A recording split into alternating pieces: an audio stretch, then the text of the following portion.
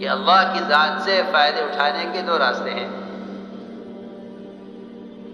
اللہ کی ذات سے فائدہ اٹھانے کے دو راستے ہیں، ایک کائنات کے ذریعے، ایک اعمال کے ذریعے. دو راستے ہیں فائدہ اٹھانے کے لیے اللہ کی ذات سے، ایک کائنات کے ذریعے، ایک اعمال کے ذریعے. جو کائنات کے ذریعے فائدہ اٹھا رہے ہیں ان کو تو وقتی طور پر ملے گا دنیا میں، اور وہ بھی غیر یقینی ہے. اسباب کے راستے سے اللہ سے لینے والوں کو وقتی طور پر ملے گا اور غیر یقینی ہے، اور اعمال کے راستے سے لینے والوں کو بار بار ملے گا، یقینی ہے. اور دنیا میں ملے گا، آخرت میں ملے گا. یہ اللہ تعالیٰ کا دستور ہے، من کان یرید حرث الآخرۃ نزد بحرثہ ومن کان یرید حرث الدنیا نؤتیہ منہا وما له فی الآخرۃ من نصیب. کہ اللہ کا دستور یہ ہے کہ جو آخرت میں چاہیں گے آخرت والے اعمال کے ذریعے ان کو دنیا میں بھی دیں گے، آخرت میں بھی دیں گے. اور جو دنیا میں چاہیں گے اعمال کے بغیر ہم ان کو دنیا میں دیں گے، آخرت میں کوئی حصہ نہیں ہوگا. سمجھنا چاہیے، اس کو سمجھنا چاہیے بہت دھیان سے. یہ دو راستے ہیں قدرت سے فائدہ اٹھانے کے، ایک احکام کے ذریعے، ایک اسباب کے ذریعے. اگر اسباب کے ذریعے فائدہ اٹھاتے ہیں اللہ تعالیٰ ان کو اسباب میں دے کر دنیا میں دے کر نمٹا دیں گے، اور ان کو اسباب میں دیں گے. اور غیر یقینی ہے، بھینس نے آج دودھ نہیں دیا، آج بھینس نے دودھ، سنو، آج بھینس نے دودھ نہیں دیا. کیوں کہ نہیں دیا؟ اللہ کا حکم. آج بھینس نے دودھ نہیں دیا، آج بھینس نے دودھ دے دیا ہے، اب اس وقت دودھ دے دیا ہے، اب دوبارہ دودھ نہیں ملے گا، اب شام کو ملے گا. سنو، یہ ہے اسباب. حضور اکرم صلی اللہ علیہ وسلم نے اپنے صحابہ کے یقین کو اس سے ہٹایا کہ نہیں، بھینس دودھ دینے کا ذریعہ ہو سکتی ہے، دودھ لینے کا ذریعہ نہیں ہو سکتی. میری بات ذرا توجہ چاہتی ہے، مجھے کہنا نہیں آتا. بھینس دودھ دینے کا ذریعہ ہو سکتی ہے، لیکن بھینس دودھ لینے کا ذریعہ نہیں ہے. اگر تمہارے نزدیک بھینس اللہ سے دودھ لینے کا ذریعہ ہے پھر تو کبھی ملے گا، کبھی نہیں ملے گا. جب ملے گا ایک وقت ملے گا، دوسرے وقت میں نہیں ملے گا. بھینس دودھ دے چکی ہے، کیوں دے گی؟ میں کچھ کہنا چاہتا ہوں. حضور اکرم صلی اللہ علیہ وسلم نے جو اندر کا باطل یقین کو توڑا ہے، اسے توڑ کر صحابہ کو جو ایمان سکھلایا تھا وہ یہ تھا کہ کائنات کی شکلیں اللہ کی قدرت کا مظہر ہو سکتی ہیں. اس لیے گوبر اور خور کے درمیان سے دودھ کو نکال کر صرف اللہ کا تعارف کرایا ہے کہ تم یہ کر کے دکھاؤ جو ہم کر رہے ہیں. یہ دودھ لینے کا ذریعہ نہیں ہے اللہ سے، یہ تو اللہ تعالیٰ کی قدرت کا تعارف ہے. یہ تو قدرت کا تعارف ہے. من بین فرث ودم لبنا خالصا سائغا للشاربین. یہ تو ہماری صناعی ہے. ہم نے یہ شکلیں بنائی ہیں صرف اس لیے تاکہ تم اس سے ہمیں پہچانو، بس. خدا کی قسم، پوری کائنات اور کائنات کی ساری شکلیں اور سارے ملائکہ اور جو کچھ بھی اللہ کا غیر ہے وہ صرف اللہ کے تعارف کے لیے ہے. جبریل بہت بڑے ہیں کہ ہاں ان کی بڑائی ہمارے تعارف کے لیے ہے کہ ہمارے بنائے ہوئے ہیں. ہر بنے ہوئے سے بنانے والے کو تصور کرنا ایمان ہے. بنے ہوئے کو تصور کرنا اللہ سے دوری کا سبب ہے. اللہ سے دوری کا سبب ہے. اللہ تعالیٰ ملائکہ کا بھی اختیار چھین لیتے ہیں بتانے کے لیے کہ ملائکہ کرنے والے نہیں، ہم کرنے والے. میں نے ایک بات عرض کی ہے کہ جو شکلیں ہیں کائنات کی یہ اللہ کے تعارف کے لیے ہیں، بس. اس سے زیادہ کوئی ان کی حیثیت نہیں ہے. اللہ سے لینے کا ذریعہ نہیں ہے یہ کائنات کی شکلیں کہ زمین سے غلہ اور بھینس سے دودھ اور عورت سے جو ہے دکان سے آمدنی اور زمین سے غلہ نہیں.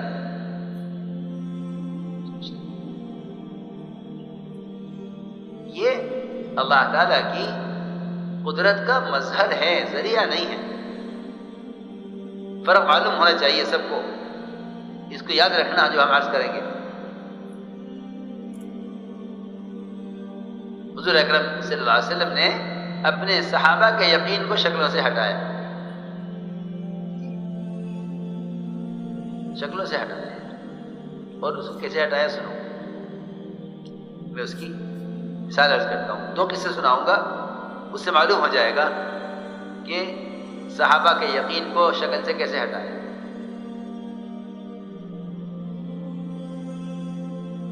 حضور اکرم صلی اللہ علیہ وسلم کا معمول تھا کہ آپ عشاء کی نماز تاخیر سے پڑھتے اپنی مسجد میں. تہائی رات تک عشاء مؤخر ہوتی تھی. تہائی رات کا مطلب یہ کہ 11، 11:15، 11:30. یہ نہیں کہ وہ 7 بجے عشاء ہو گئی پھر جا کے پڑھ کے گھر میں آدمی کھیل کود میں اور دنیا کی باتوں میں اور اسی میں جب چاہا سو گئے. نہیں، عشاء کے بعد سونے کا وقت ہے نہیں. ہم نے ساتھیوں سے کہا کہ عشاء کے بعد ملاقاتیں کر لیا کرو. تمہیں لوگ ملیں گے ہوٹلوں پہ، بینچوں پر بیٹھے ہوئے دنیا کی باتیں کرتے ہوئے. عشاء کے بعد ملاقاتیں کر لیا کرو. ایک ساتھ بیچارے بیٹھے تھے مشورے میں، وہ کہنے لگے میرے سے عشاء کے بعد تو سونے کا وقت ہے، ملاقاتوں کا وقت نہیں ہے. میں نے کہا نہیں، یہ سونے کا وقت نہیں ہے، یہ ملاقاتوں کا وقت سنت ہے. سونے کا وقت تمہارا ہوگا لیکن سنت یہ ہے، سنت یہ ہے کہ تہائی رات تک عشاء کی نماز مؤخر ہوتی. پھر حضور اکرم صلی اللہ علیہ وسلم عشاء کی نماز کے بعد انصار کے محلے میں جاتے ان سے ملاقات کی. یہ کاشتکار لوگ تھے، ہوتے تھے صبح کو اپنی زمینوں پر ہوتے تھے، رات کو دیر سے آتے تھے. آپ ان کے پاس جاتے عشاء کی نماز کے بعد اور آپ کھڑے کھڑے ان سے باتیں کرتے. روزانہ کا معمول آپ کا، روزانہ کا معمول، یہ نہیں کبھی کبھی ایسا ہو جائے، روزانہ کا معمول.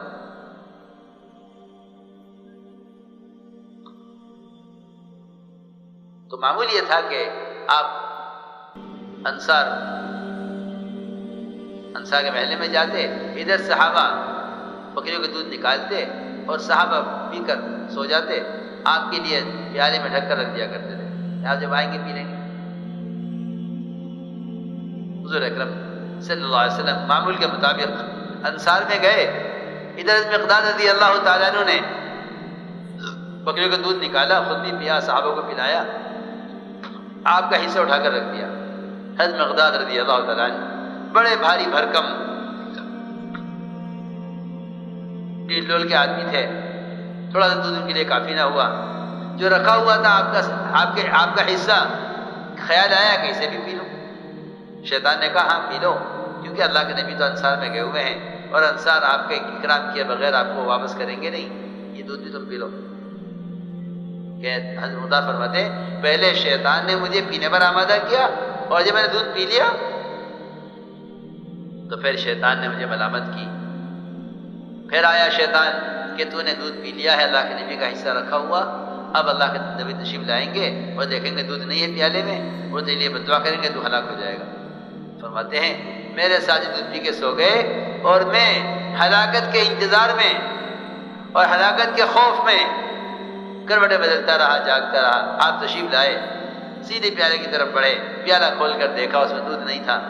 آپ نے دونوں ہاتھ اٹھائے دعا کے لیے. میں سمجھ گیا کہ تیرے لیے بد دعا ہو رہی ہوگی. میں آگے بڑھا، میں نے سنا کہ آپ کیا دعا مانگتے ہیں. آپ صلی اللہ علیہ وسلم دعا میں کہہ رہے تھے اللہم اطعم من اطعمنی واسق من سقانی.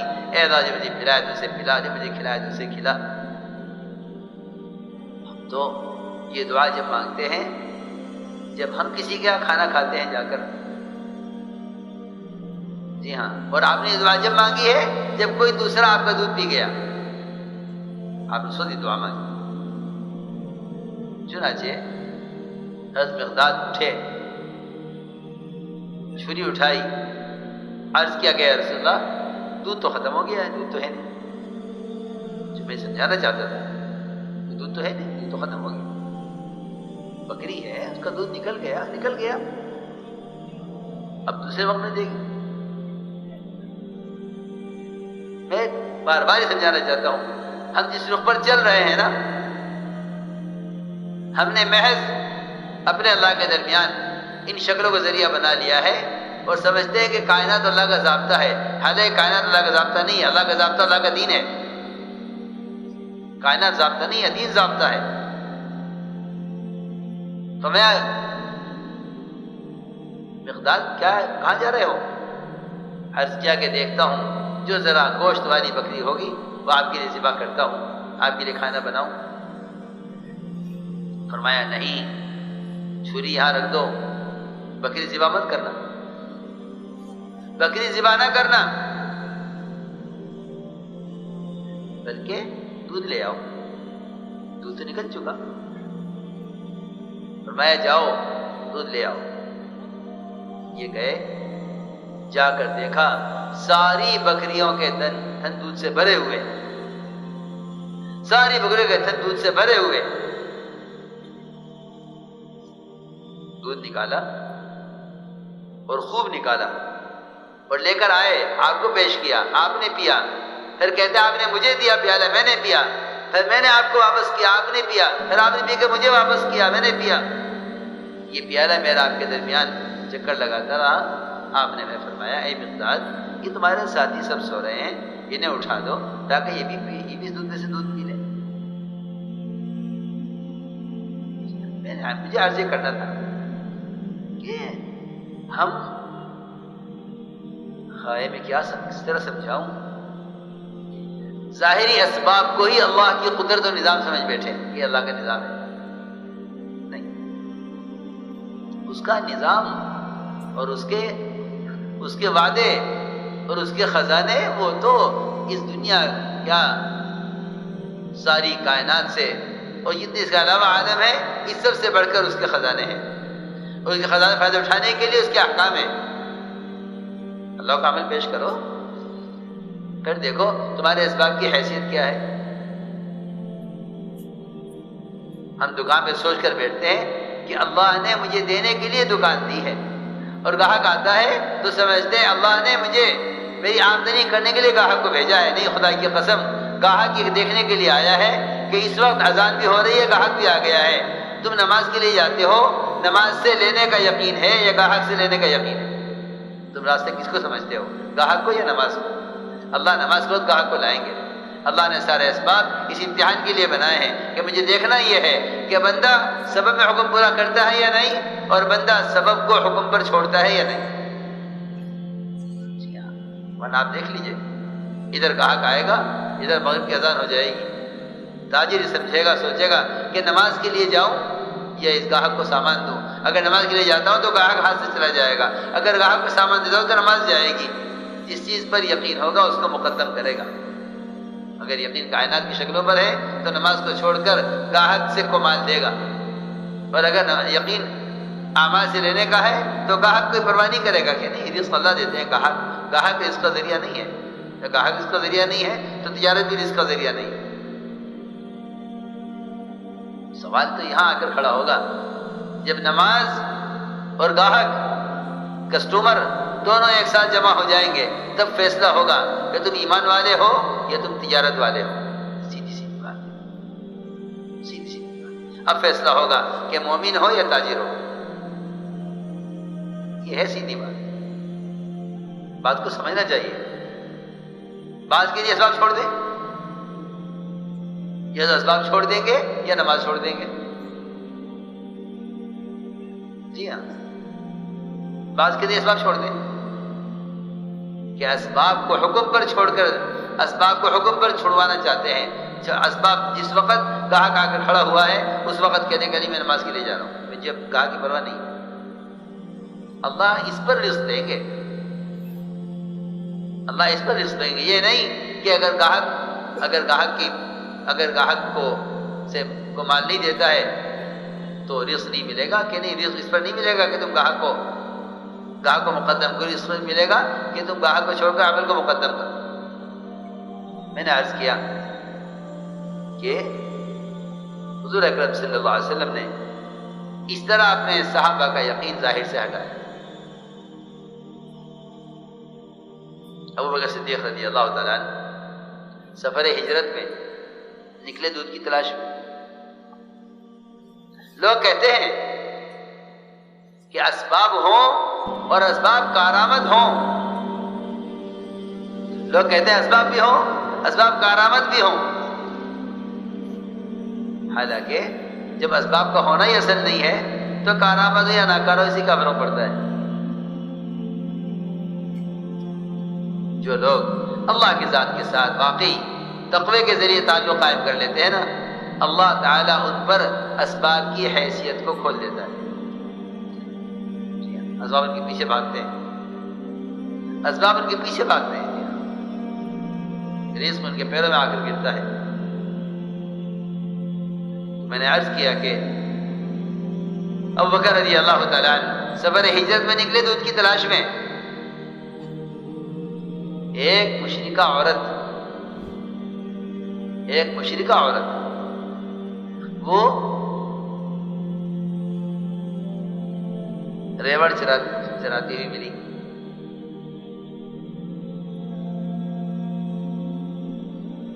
اس سے کہا کہ ہمیں دودھ چاہیے، دودھ چاہیے۔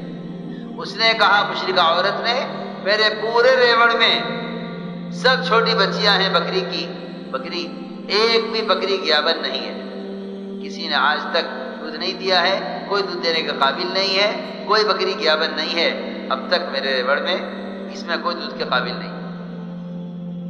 تو یہ نہیں جواب دیا کہ بھئی ٹھیک ہے، جب کوئی بکری دودھ دینے کا قابل نہیں ہے تو دودھ کیسے آ جائے گا؟ میری بات توجہ سننی پڑے گی۔ فرمایا دودھ تو اللہ دیں گے، تم بکری لاؤ۔ سمجھایا، دودھ تو اللہ دیں گے، تم بکری لاؤ۔ جو بات آپ نے سمجھائی صحابہ کو، وہ صحابی یہ بات مشرک عورت کو سمجھا رہے ہیں، ابوبکر رضی اللہ تعالیٰ مشرکہ کو سمجھا رہے ہیں کہ دودھ اللہ دیں گے، تم بکری لاؤ۔ مانتا نہیں ہے، میں کہہ رہی میرے ریوڑ میں کوئی بکری دودھ دینے کے قابل اب تک ہوئی نہیں، چھوٹے چھوٹے تھن، کیا کہاں سے دودھ آئے گا؟ جب بکری گیابن نہیں ہوئی، کسی بکری نے بچہ نہیں دیا تو یہ دودھ کہاں سے دے دے گی؟ فرمایا نہیں، دودھ تو اللہ دیتے ہیں، تو بکری لا۔ اس نے جو حکم تھا پورا کر دیا کہ لو یہ ہے کہ جا اپنے گھر سے بڑا برتن لا دودھ کا، جو بڑے سے بڑا برتن تمہارے گھر میں ہو وہ لے آؤ۔ وہ مشرکہ عورت بڑا برتن لے کر آئی۔ ابوبکر رضی اللہ تعالی نے ایسی بکری کے تھنوں سے دودھ نکال کر پیالے کو بھرا جو دودھ دینے کے قابل نہیں ہوئی تھی۔ سمجھایا نا؟ میں ایمان کی تعلیم عرض کر رہا ہوں کہ ایمان کی تعلیم کیسے دی؟ ایمان کی تعلیم یہ تھے وہ اعمال جن اعمال کے ذریعے اللہ کے خزانے سے تعلق قائم ہو گیا تھا۔ اب بکری دودھ والی ہو یا بغیر دودھ والی ہو یا دودھ دے کے فارغ ہو چکی ہو، اس سے کوئی مطلب نہیں ہے، اللہ سے لینا ہے۔ میرے دوستوں عزیزو، ایک تو اللہ رب العزت اپنی قدرتی ظاہر فرماتے ہیں، قدرتی ظاہر فرماتے ہیں کہ زمین سے غلہ دے دیں، اور ایک ہی قدرت ظاہر فرماتے ہیں کہ اس مٹی کو ہی آٹا بنا دیں جس مٹی سے غلہ اگنا ہے۔ ابراہیم علیہ السلام کے لیے اس مٹی کی بوری کو آٹے میں تبدیل کیا جو مٹی گھر کی مرمت کے لیے لا کر رکھی گئی۔ یہ سمجھایا گیا کہ تو عمل مقدم کرو، کیونکہ قدرت وعدوں کے ساتھ ہے، وعدے حکموں کے ساتھ ہے، اسباب کے ساتھ قدرت بھی نہیں ہے، وعدے بھی نہیں۔ یہ ہے برکت۔